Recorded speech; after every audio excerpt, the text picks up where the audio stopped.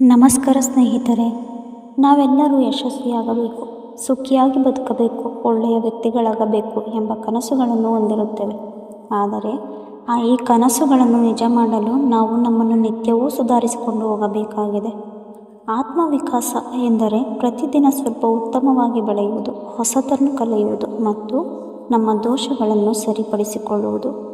ಈ ಪ್ರಕ್ರಿಯೆಯಲ್ಲಿ ನೀವು ಪಾಲಿಸಬೇಕಾದ ಕೆಲವು ತತ್ವಗಳನ್ನು ಹಂಚಿಕೊಳ್ಳುತ್ತಿದ್ದೇನೆ. ನಿಮ್ಮ ಗುರಿ ಸ್ಪಷ್ಟವಾಗಿಡಿ. ನೀವು ಜೀವನದಲ್ಲಿ ಏನನ್ನಾದರೂ ಸಾಧಿಸಬೇಕೆಂದು ನಿಖರವಾಗಿ ತಿಳಿದುಕೊಳ್ಳಿ. ಗುರಿಯಿಲ್ಲದವರು ದಿಕ್ಕು ತಪ್ಪಿದ ಹಡಗಿನಂತೆ. ನಿಮ್ಮ ಗುರಿ ಏನೇ ಇರಬಹುದು: ಉತ್ತಮ ಉದ್ಯೋಗ, ನೂತನ ಕೌಶಲ್ಯ, ಶಾರೀರಿಕ ಆರೋಗ್ಯ, ವೈಯಕ್ತಿಕ ಅಭಿವೃದ್ಧಿ. ಆದರೆ ಅದನ್ನು ಸ್ಪಷ್ಟವಾಗಿ ನಿರ್ಧರಿಸಬೇಕು. ಸಣ್ಣ ಗುರಿಗಳನ್ನು ನಿಗದಿಪಡಿಸಿ ದೊಡ್ಡ ಗುರಿಗಳನ್ನು ತಲುಪಲು ಸಣ್ಣ ಹೆಜ್ಜೆಗಳನ್ನು ಹಾಕಿ ಗುರಿಗಳನ್ನು ಬರೆಯಿರಿ. ಬರೆದಾಗ ಮನಸ್ಸಿನಲ್ಲಿ ಅದನ್ನು ಅನುಸರಿಸಲು ಪ್ರೇರಣೆ ಸಿಗುತ್ತದೆ. ನಿತ್ಯವೂ ಆ ಗುರಿಗಳನ್ನು ನೆನಪಿಸಿಕೊಳ್ಳಿ. ಅದು ನಿಮ್ಮಲ್ಲಿ ಚೇತರಿಕೆಯನ್ನು ತರಲಿದೆ. ನಿತ್ಯ ಹೊಸದನ್ನು ಕಲಿಯಿರಿ. ನೀವು ಬೆಳೆಯಬೇಕಾದರೆ ಪ್ರತಿಯೊಂದು ದಿನವನ್ನು ಹೊಸದಾಗಿ ಕಲಿಯುವುದು ಅತ್ಯಗತ್ಯ. ಇಂದಿನ ಜಗತ್ತಿನಲ್ಲಿ ಗಜಕೇಸರಿಯಂತೆ ಜೀವನ ಸಾಗಿಸಲು ಜ್ಞಾನ ಮತ್ತು ಹೊಸ ಕೌಶಲ್ಯಗಳ ಅವಶ್ಯಕ. ಪುಸ್ತಕಗಳನ್ನು ಓದಿರಿ, ಹೊಸ ಕೌಶಲ್ಯಗಳನ್ನು ಕಲಿಯಿರಿ, ಗುರುಗಳು ಮತ್ತು ಮಾರ್ಗದರ್ಶಕರಿಂದ ಪಾಠ ಪಡೆಯಿರಿ. ಒಳ್ಳೆಯ ಜನರ ಜೊತೆ ಇರುವುದರಿಂದ ಉತ್ತಮ ಚಿಂತನೆಗೆ ದಾರಿ ತೆರೆದುಕೊಳ್ಳುತ್ತದೆ. ಶ್ರಮ ಮತ್ತು ಶಿಸ್ತು ಯಶಸ್ಸಿನ ಸೋಪಾನಗಳು. ಯಾವುದೇ ಸಾಧನೆ ನಿರಂತರ ಶ್ರಮ ಮತ್ತು ಶಿಸ್ತಿನ ಫಲ. ಇಂದು ನೀವು ಮಾಡಿದ ಸಣ್ಣ ಪ್ರಯತ್ನವು ನಿಮ್ಮ ಭವಿಷ್ಯವನ್ನು ಹೊಳೆಯುವಂತೆ ಮಾಡಬಹುದು. ಸಮಯದ ಪ್ರಭಾವಿ ಬಳಕೆ ಮಾಡಿ. ಪ್ರತಿನಿತ್ಯ ಕಾರ್ಯತಂತ್ರ ಸಿದ್ಧಪಡಿಸಿ. ಪ್ರತಿದಿನ 1% ಸುಧಾರಣೆ ಮಾಡಿದರೂ ನಿನ್ನೆಗಿಂತ ಇಂದಿನ ನಾನು ಉತ್ತಮವಾಗಿರಬೇಕು ಎಂಬ ತತ್ವವನ್ನು ಪಾಲಿಸಿರಿ. ಆಲಸ್ಯವನ್ನು ತೊರೆದು ಕಾರ್ಯಪ್ರವೃತ್ತರಾಗಿರಿ. ನಿಮ್ಮ ಸಮಯವನ್ನು ಸರಿಯಾದ ಕಾರ್ಯಗಳಿಗೆ ಬಳಸಿಕೊಳ್ಳಿ. ನಕಾರಾತ್ಮಕ ಚಿಂತನೆಗಳಿಂದ ದೂರವಿರಿ. ನೀವು ಯಶಸ್ವಿಯಾಗಬೇಕಾದರೆ ನಿಮ್ಮ ಆತ್ಮವಿಶ್ವಾಸ ಸದಾ ಉಜ್ವಲವಾಗಿರಬೇಕು. ಈ ಜಗತ್ತಿನಲ್ಲಿ ಯಾವ ಸಮಸ್ಯೆಯಾದರೂ ಪರಿಹಾರವಿದೆ. ಕೇವಲ ನಾವು ಅದನ್ನು ಹೇಗೆ ನೋಡುತ್ತೇವೆ ಎಂಬುದು ಮುಖ್ಯ. ಸಕಾರಾತ್ಮಕ ವಾತಾವರಣವನ್ನು ಬೆಳೆಸಿಕೊಳ್ಳಿ. ಉತ್ತಮ ಪುಸ್ತಕಗಳನ್ನು, ಸ್ನೇಹಿತರು ಹಾಗೂ ಚಿಂತನೆಗಳೊಂದಿಗೆ ಸಮಯ ಕಳೆಯಿರಿ. ಆತ್ಮವಿಶ್ವಾಸವನ್ನು ಬೆಳೆಸಿ.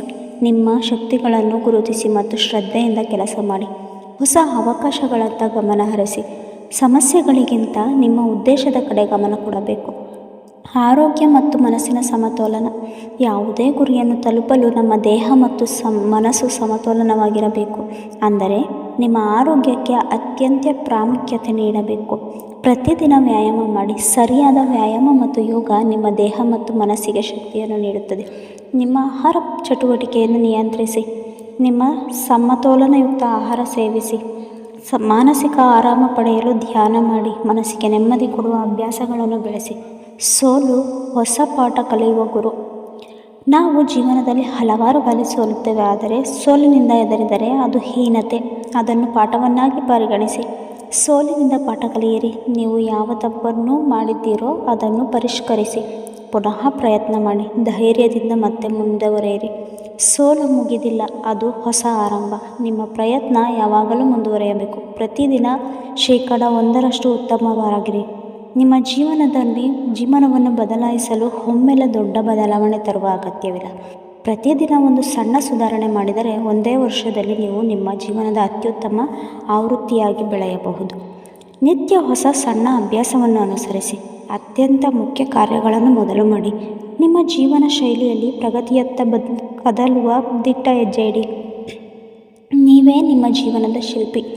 ನಾವು ಯಾವ ಪರಿಸ್ಥಿತಿಯಲ್ಲಿ ಇರಲಿ, ನಮ್ಮ ಬೆಳವಣಿಗೆ ನಮ್ಮ ಕೈಯಲ್ಲಿದೆ. ಅದಕ್ಕಾಗಿ ನಾವು ಪ್ರತಿದಿನ ಹೊಸ ಚಿಂತನೆಯನ್ನು ಅಳವಡಿಸಿಕೊಳ್ಳಬೇಕು, ಉತ್ತಮ ಚಟುವಟಿಕೆಗಳನ್ನು ಬೆಳೆಸಬೇಕು ಮತ್ತು ನಮ್ಮ ಆತ್ಮವಿಶ್ವಾಸವನ್ನು ಹೆಚ್ಚಿಸಿಕೊಳ್ಳಬೇಕು.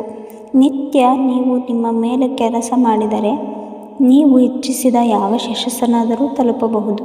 ಇಂದು ನಿನಗೆ ಆಗದೆ ಹೋಯಿತೆಂದು ನಾಳೆಯ ಪ್ರಯತ್ನ ಕೈಬಿಡಬೇಡಿ. ಸೂರ್ಯ ಎಲ್ಲಿಯಾದರೂ ಬೆಳಗುತ್ತದೆ. ನೀವು ಹತ್ತಿ ನಿಲ್ಲಲು ಧೈರ್ಯ ಬೇಕು. ನಾನು ನಿಮಗೆ ಯಶಸ್ಸು, ಆತ್ಮವಿಶ್ವಾಸ, ಆರೋಗ್ಯ ಮತ್ತು ಸಂತೋಷ ತುಂಬಿದ ಜೀವನವನ್ನು ಆಶಿಸುತ್ತೇನೆ. ಧನ್ಯವಾದಗಳು.